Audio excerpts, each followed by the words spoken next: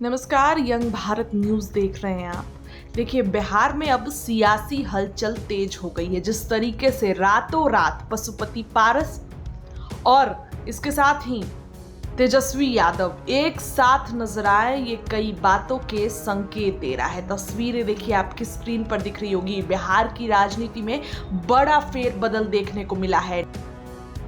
नेता प्रतिपक्ष तेजस्वी यादव ने शनिवार को घोषणा की कि मुख्यमंत्री जेएमएम अब बिहार में महागठबंधन का हिस्सा बनेगा और आगामी विधानसभा चुनाव साथ मिलकर लड़ेगा। और इसके साथ ही तेजस्वी ने ये भी ऐलान कर दिया कि लोक जनशक्ति पार्टी भी महागठबंधन में शामिल होगी। यह घोषणा उन्होंने रामविलास पासवान की जयंती पर उनके भाई पशुपति पारस के आवास पर श्रद्धांजलि अर्पित करने के बाद की।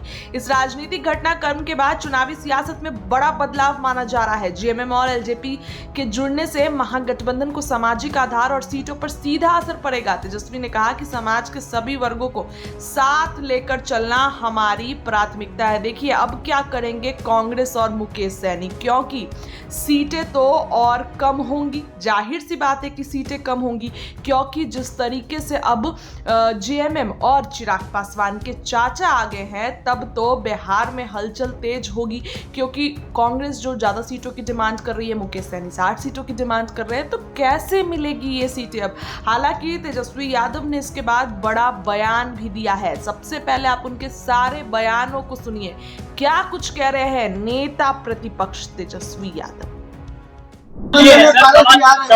सवाल ये है कि एनडीए पारस जी ने छोड़ दिया है। हम जान रहे हैं और वही ना, हम उसी पे हम आ रहे हैं। आप लोग का समय बचा रहे हैं। बेफालतू का वो बात नहीं करते। देखिए, हम लोग सब लोग पॉजिटिव हैं। इनकी इच्छा हुई कि महागठबंधन में आए, धर्मनिरपेक्षता और सामाजिक न्याय को हम लोग जो है मजबूत करें। और जिस हिसाब से जो हुआ पूरा प्रकरण, बिहार की जनता जानती है क्या है नहीं। तो इसमें महागठबंधन के जितने हमारे सहयोगी दल हैं, उनके सामने भी हमने बात को जो है रख दिया है, पारस जी के बारे में, इनके प्रस्ताव के बारे में। और हमको लगता है कि जल्द ही हम सब लोग अस्त व्यस्त थे।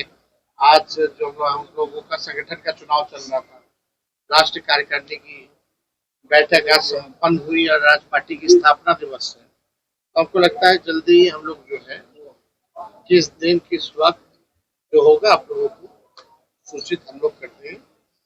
कब हम लोग, अच्छी बात है, जो एनडीए को हराना चाहते हैं,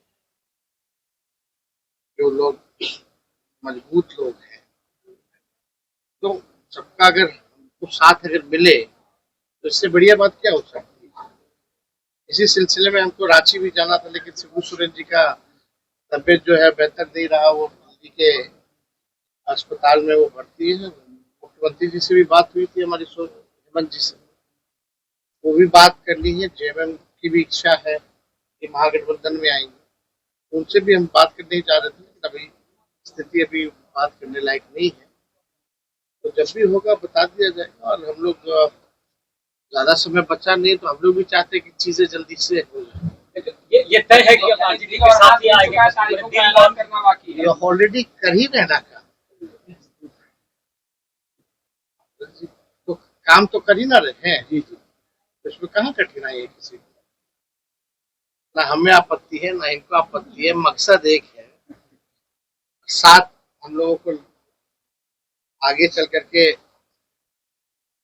बिहार को बनाने का काम करना है। सरकार बनानी है, सरकार को हटाना है। जो 20 साल से, आज देख लीजिए क्या हो रहा है।